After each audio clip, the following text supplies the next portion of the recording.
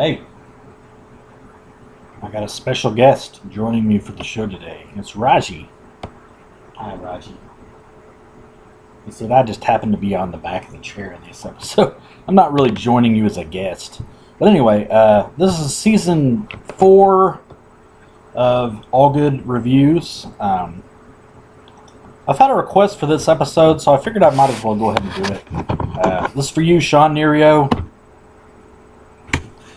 Today's review is going to be for the movie Big Bully from 1996, starring Tom Arnold, Rick Moranis, Jeffrey Tambor, and Curtis Armstrong. So, Big Bully, directed by Stephen Miner, written by Mark Steven Johnson. That's a pretty good film. Big Bully is kind of one of those movies that I didn't really know anything about. I kind of went into it and I watched it, and I watched it a long time ago at a friend's house, probably around, I don't know, it's probably been 10, 20 years. I mean, I've seen the movie since then, but I mean, the first time I watched it, it was back then. But it's about a guy, or the movie starts out, and it has a little boy and his arch nemesis, and he's kind of a wimpy kid or whatever, and it's Rick Moranis' younger self, and Tom Arnold's younger self, nicknamed Fang, is causing him quite a ruckus and quite a disturbance in his life. He pretty much picks on him daily, basically does the basic bully stuff, makes his life a living hell, and one day, the moon rock, which is displayed in like a museum, ends up being stolen, and he finds out, Rick Moranis' character, Danny? I want to say Danny? Danny. I think it's Danny. Got that freaking movie somewhere. I know I do. Hold on a minute. I'm sorry. I'm ill prepared for this. Let's see. Big Bully. Big Bully. Sorry about this. I want to say Danny is his name, but I'm not quite for sure. Let's find out. I'll find out right now. If it brings it up. Come on. There we go. David. Okay, David. David Leary was bullied by Roscoe Bigger, nicknamed Fang because of a pointed tooth. David is ecstatic when his parents announce that they're moving to Oakland. David informs teachers about Fang stealing a moon rock, and Fang is arrested. 26 years later, David is divorced and raising his troubled son Ben as a single parent. Not having much success as a writer, David's old school offers him a teaching job, teaching creative writing job for the semester. He meets his neighbors, Art and Betty Lundstrom, and rekindling a relationship with his old flame Victoria. He also encounters the school librarian, Mrs. Rumpert, who is still waiting for David to return green eggs and ham to the library. After Ben begins picking on a kid named Kirby, David meets the school's boy's father, Ross Bigger, when both are called to the office of Principal Cochler, played by Don Knotts. Following a fire drill, David meets up with his old friend Ulf, a firefighter. When meeting with Ulf, Alaland Jerry at a bar, David learns that Ross is out of juvenile hall. Ross's parents skip town, which led to him growing up in an orphanage. When Ross learns who David is, it's on. He re-embarks on his old routine of bullying him to make himself feel better. Ross drops his mild-mannered and pushover attitude and begins taking charge in the classroom and home. David's son begins bullying Ross's son, but after this discussion, they become friends. So, that's basically the plot of the movie, if not the whole fucking movie. No, I was kidding.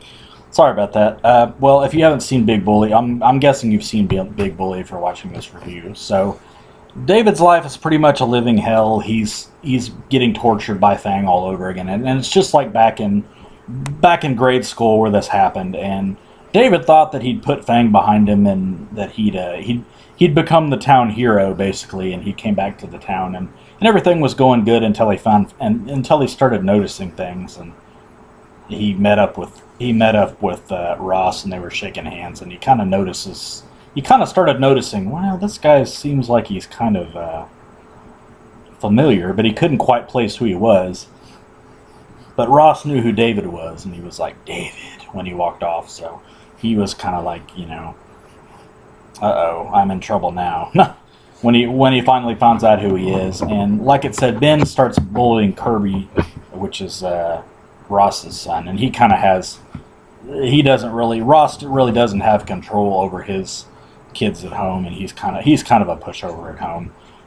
David's kind of having problems raising Ben, and it's just kind of a problem for each of them. They kind of have their own domestic problems or whatever. David's single, and he's having trouble raising Ben on his own, and Tom Arnold kind of plays the hard-edged kind of comic relief guy, and Rick Moranis kind of plays kind of the straight guy, which he has in a lot of movies, but it works for him. It works to his advantage, so it works out good. I mean, I think the casting is pretty well in it.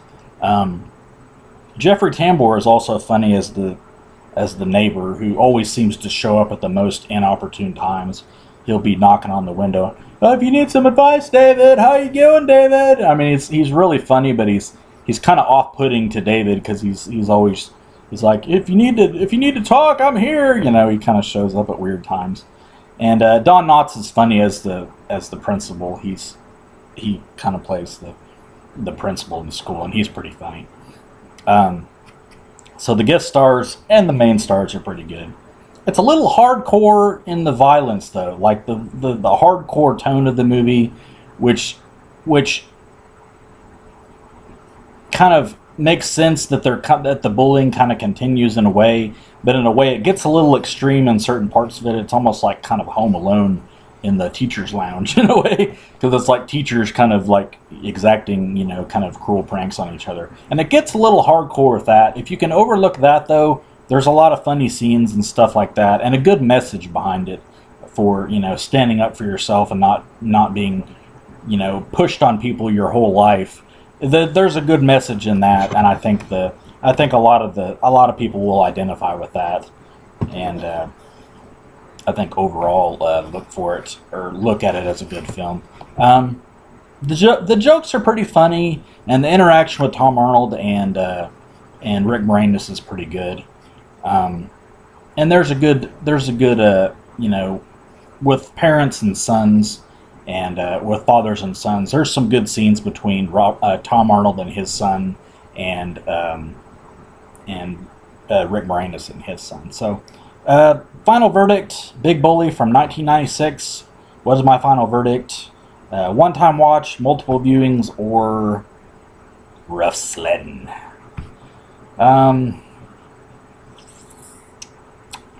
I would say multiple viewings, because it's one of those movies. I think that once you watch it, you'll kind of get into it, and it's kind of a fun family movie if you can get kind of past the kind of the hardcore stuff with the revenge stuff and the teacher when they kind of do their pranks and stuff against each other, which is were sometimes funny, sometimes disturbing, but overall a pretty good film. I would recommend it. I think it's a good. And then definitely, if you're like a Tom Arnold fan or a Rick Moranis fan, it's definitely worth a watch for those actors alone. So multiple viewings, check it out, Big Bully on DVD. I've never seen it on Blu-ray. I don't know if it's available on Blu-ray or not. But check it out on DVD. It's kind of a hard one to find. You might want to get on online and kind of see if you can maybe look it up on there and maybe find it that way. I don't really know. Like I said, I don't think it's available on Blu-ray, but I'm not 100% positive on that. But a good watch. I recommend it. I think it's a good movie. Thumbs up. Not to steal from Siskel and Ebert, but I would give it thumbs up. a good time, a good family film, a little dark in points, like I said, but overall enjoyable.